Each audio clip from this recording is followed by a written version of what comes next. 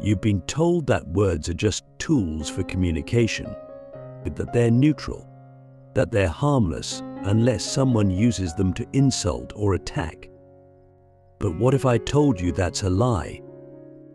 What if I told you that words, simple, everyday words, are some of the most powerful weapons ever invented? Not because they hurt your body, but because they shape your mind. Because they don't just describe reality, they define it. And once someone controls your words, they don't just control what you say. They control what you see, what you feel, what you believe is possible. Orwell saw this coming, long before social media, long before algorithms, long before we were all connected by invisible threads of influence. He understood something most of us still don't, that language is not just a mirror of thought, it's the creator of thought. Whoever controls the language controls the limits of your imagination. And if you think that's an exaggeration, let me show you how it works. Imagine this: you wake up one day, and suddenly a word you've used your whole life is offensive. It's been redefined, reframed, and if you use it now, you're not just wrong, you're dangerous. You feel confused. You're not trying to hurt anyone, you're just speaking what feels true. But suddenly, truth has been rebranded as hate. This doesn't just make you question your words, it makes you question your sanity. That's not an accident. That's linguistic warfare. That's the weaponization of meaning. And Orwell built an entire world in 1984 to show us what happens when language stops being a tool for truth and becomes a tool for control. Click subscribe to this channel to get more profound insights. In that world, they invented Newspeak, a language engineered to reduce thought, not to make people stupid, but to make certain ideas unthinkable. If there's no word for freedom, how can you ask for it? If there's no word for injustice, how do you recognize it? If war is redefined as peace and slavery as freedom, then even your rebellion becomes part of the system. You're no longer resisting, you're participating. And the worst part, you don't even realize it. Ask yourself, how many words do you use every day that you didn't define? Who decided what they mean? Who decided what you're allowed to say and what you're not? And more importantly, why? This isn't just about censorship, it's about reality control. Orwell called it reality control because when you change the language, you change the lens. And once the lens is altered, you can show someone anything and they'll believe it's real. Not because it is, but because their words no longer allow them to see anything else. Let's zoom in. Let's say we take the word violence. Traditionally, violence is physical, harm to the body.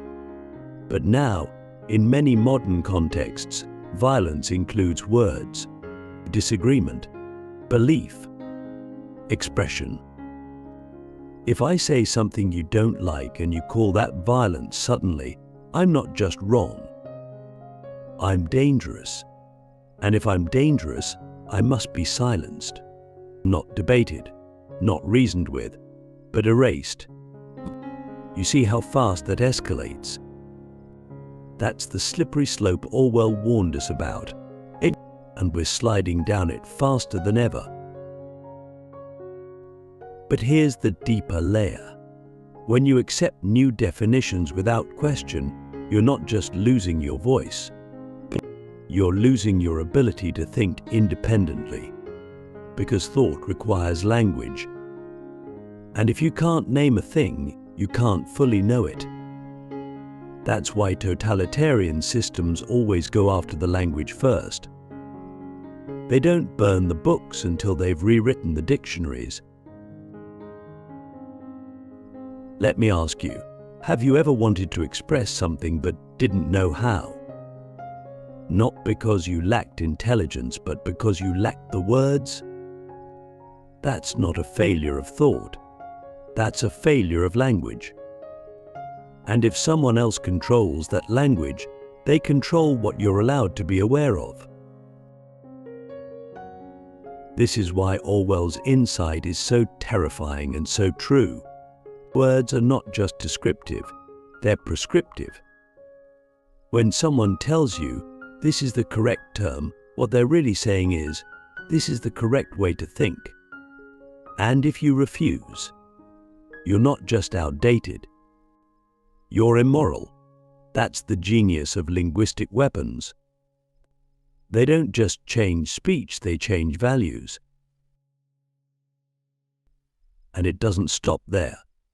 Once language becomes a weapon, it starts being used to police not just behavior, but identity.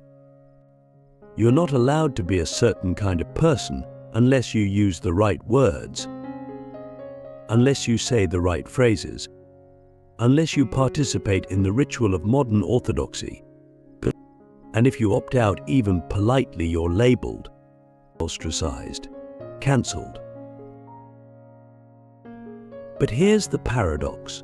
The more you police language, the less people say. And the less people say, the less they think. And the less they think, the easier they are to govern. That's not Orwellian fiction.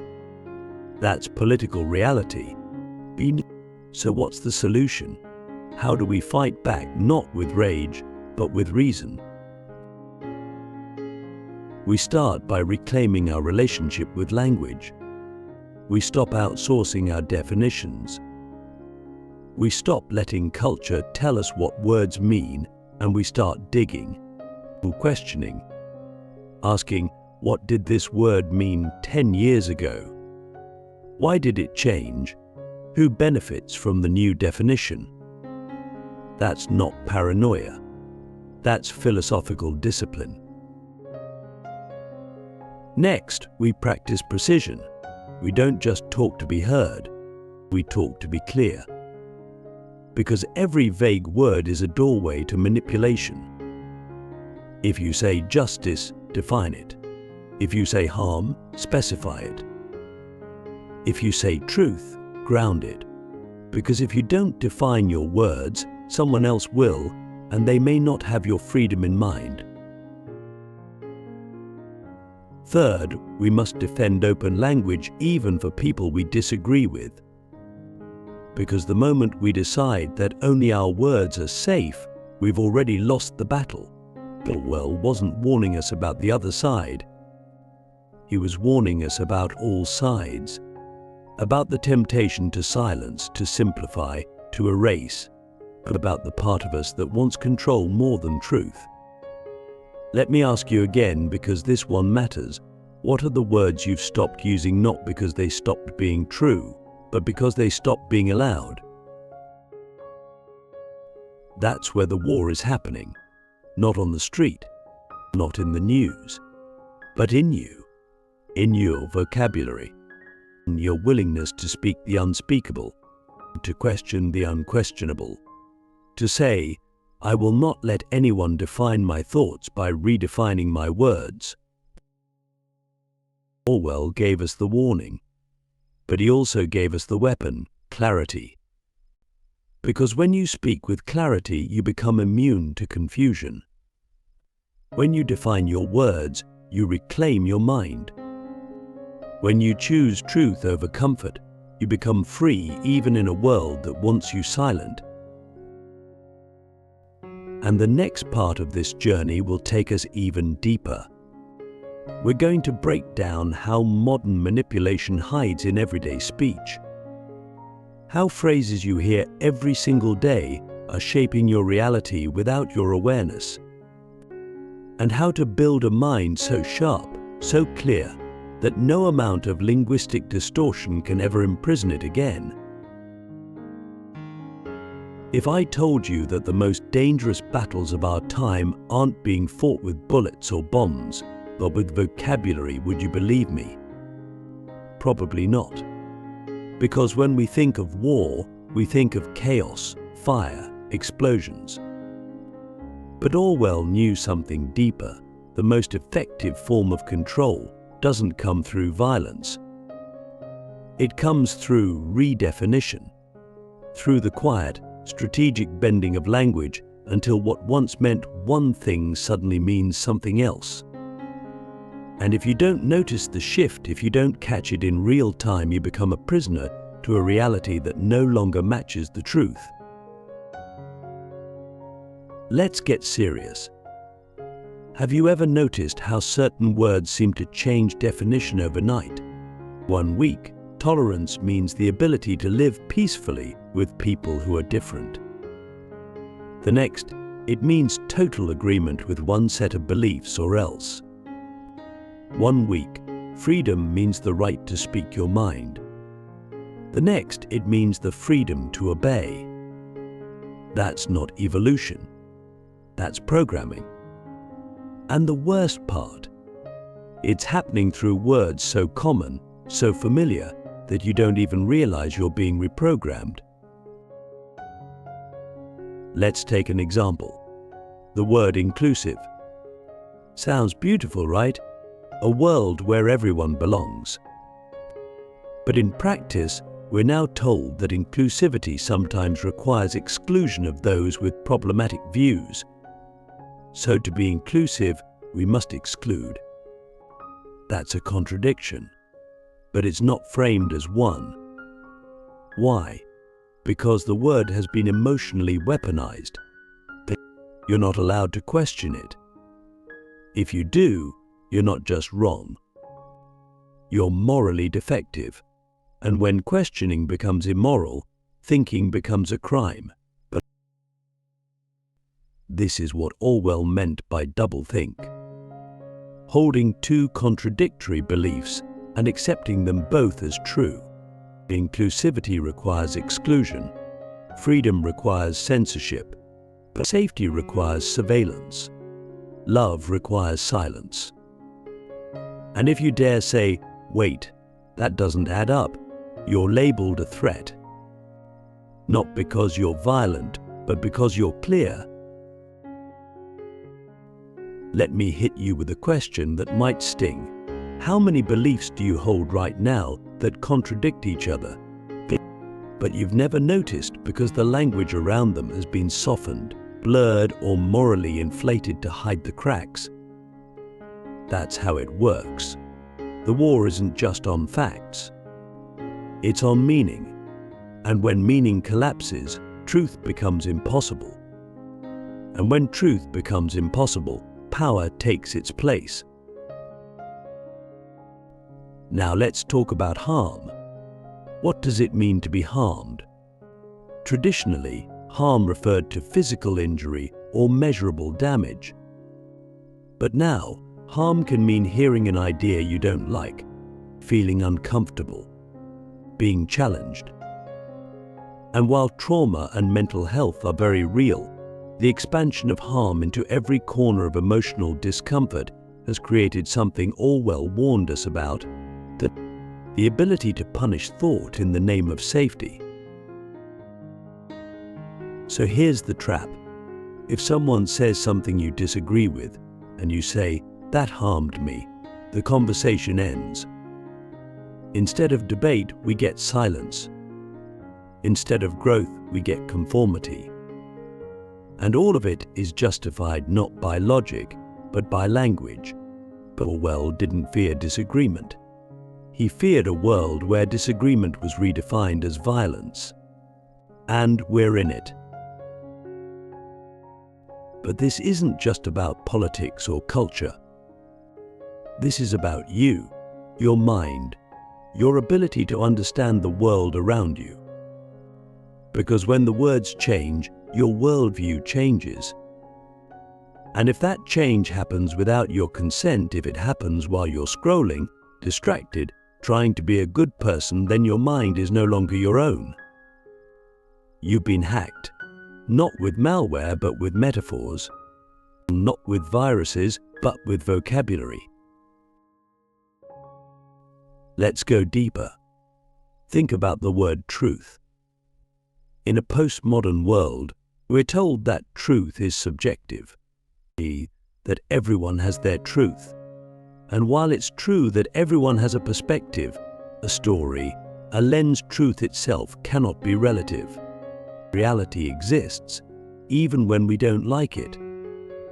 But if you can convince a population that truth is just a matter of opinion, then no one can challenge authority, because authority can just say, "That's not your truth." And if truth is whatever the powerful say it is, then truth is dead. Ask yourself this: what words do you hear daily that feel like they're being used as emotional triggers rather than tools for clarity? What phrases have stopped meaning anything because they now mean everything? But that's how you know you're in a war zone, not of bullets, but of definitions. And in this war, the casualties are minds that used to think clearly but now hesitate. Minds that used to ask questions but now self-censor. Minds that used to speak but now whisper, or worse, stay silent. So what do we do? First, we have to become linguistic warriors. Not aggressive, not hostile, but aware. We have to stop letting words float past us without analysis. We have to ask, what does that really mean? Who defined it? When did it change? What's being hidden inside that phrase? Second, we must resist the emotional pull of moralized language. Just because a word sounds good doesn't mean it's being used in good faith. Justice, equity, progress. These are beautiful ideas. But without clear definitions, they become empty containers filled with whatever the powerful want them to mean. And once that happens, you're not chasing justice. You're chasing propaganda dressed as virtue. Third, we must build vocabulary. The more words you know, the more precisely you can think. And the more precisely you think, the harder it is to manipulate you. Orwell said, "If thought corrupts language, language can also corrupt thought." But the reverse is also true. Clarity of thought purifies language. And that's how we fight. Let me ask you one final question for this section. What reality are you living in right now that might not be real at all, but simply the result of a narrative you've never questioned? That's the edge we're standing on. And in the next part, we're going to enter the battlefield itself. We'll look at how language is used strategically, not randomly, to steer entire populations. We'll look at how regimes, corporations, and even well-intentioned people twist words to gain power. And most importantly, we'll look at how you can reclaim your inner compass in a world that's trying to rewrite it. Imagine this: a magician stands before a crowd. He waves his hand, says the right incantation, and suddenly what was there is gone. And what wasn't there now appears. Everyone claps, amazed, hypnotized. But here's the twist: this magician doesn't wear a cloak. He wears a suit, or a lab coat, or a media badge. And his wand, it's not made of oak or silver. It's made of language. And that magician is real, and he works everywhere. In politics, in academia, in journalism, in boardrooms, in social media. And his magic trick isn't to make rabbits disappear. It's to make truth disappear and replace it with illusion. All through words. Orwell saw this long before us. He saw that language could be used like a spellbook, casting narratives that didn't just influence people, but possessed them. That's what makes words so dangerous. because unlike weapons, they don't threaten your body. They reshape your perception. And in the right hands or the wrong ones, language becomes sorcery. Let's pause and ask something uncomfortable. Have you ever believed something passionately, only to later realize it was never your belief, but something you absorbed unconsciously through repetition? That's how enchantment works, not with logic, but with frequency, repetition, emotion, rhythm. This is why slogans are so powerful. War is peace. Freedom is slavery. Ignorance is strength. Orwell didn't invent those phrases as fiction. He was showing us the structure of enchantment, short, and new, emotional, reversible. They bypass critical thinking and go straight into your subconscious. You've seen modern versions of these spells. Trust the science. Silence is violence. Love is love. Hate has no home here. None of these are inherently false or evil, but they are linguistic spells. They carry emotional charge, moral weight, and strategic ambiguity. You're either with them or against humanity. And that's the point. Once a phrase becomes sacred, it no longer gets questioned. And when something can't be questioned, it becomes dogma. And when dogma rules language, truth dies quietly behind the curtain. Let's go further. There's a form of speech sorcery that's even more dangerous than slogans: euphemism. Euphemisms soften the sharp edges of truth. They take something ugly and wrap it in silk. Collateral damage instead of dead children. Enhanced interrogation instead of torture. Reassignment surgery instead of amputation of healthy body parts. And again, this isn't about morality. It's about clarity. Because once you change the words, you change the reality. And now the magician has done it again. The horror is still there, but you no longer see it. Ask yourself, where in your life have you accepted euphemisms and in doing so, lost your ability to feel the full weight of a truth you once knew? That's not just a trick of language. That's a moral anesthetic. It numbs you into consent. And here's where it gets even darker. We are now living in a time where language is not just manipulated, it is coded. But think about it, most of us communicate in fragments now. Tweets, memes, hashtags. These aren't conversations. They're spells. Tiny, repeatable, emotionally charged packets of ideology.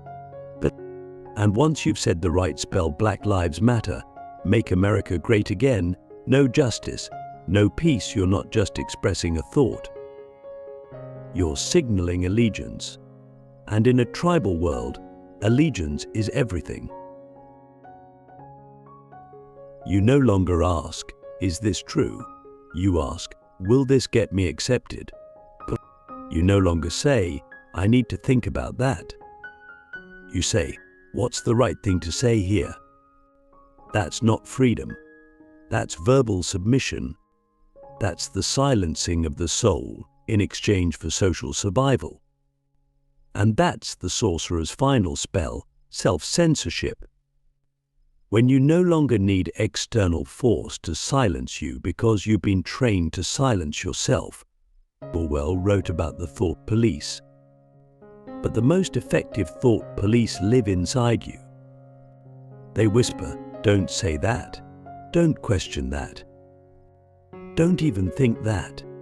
And you obey not out of fear of punishment, but out of fear of being unkind, or problematic, or wrong. So how do we break the spell? We start with brutal honesty, not with others but with ourselves. We ask, What words do I use most often and do I mean them? What phrases do I repeat because I believe them or because I'm scared not to? Whose voice is speaking through me when I open my mouth? Next, we relearn language. We treat words as sacred tools, not weapons, not shields, but instruments of clarity. We read old books. We study etymology. We ask, what did this word mean before it was politicized? Because when you understand the root, you reclaim the truth. Then we reclaim silence. Not the silence of fear, but the silence of thought. We resist the urge to speak for approval. We speak when we're ready, not when we're expected. Because in a world of constant noise, silence is resistance. Reflection is revolution. And finally, we speak deliberately, not to perform, not to impress, but to reveal truth, to reveal thought, to reveal reality not as others demand we see it, but as it is. This is not easy. It will cost you. You will be misunderstood. You will lose people. But you will regain something far more precious, your mind. Let me ask you one last time, what spell are you under, and are you willing to break it, even if it means standing alone in the truth? Because once you do, you'll see it all. The enchantment, the manipulation, and the quiet control. And you'll never hear a sentence the same way again. You'll listen for the spell beneath the sound. And when someone tries to cast it on you, you won't get angry. You'll just see clearly. And that clarity is the one thing the sorcerers of this world cannot survive. Orwell's dark truth wasn't just that words are weapons. It's that they're also spells, and the only way to break them is to speak truth in a world that fears it. But you now have the sword in your hand. The question is, will you use it?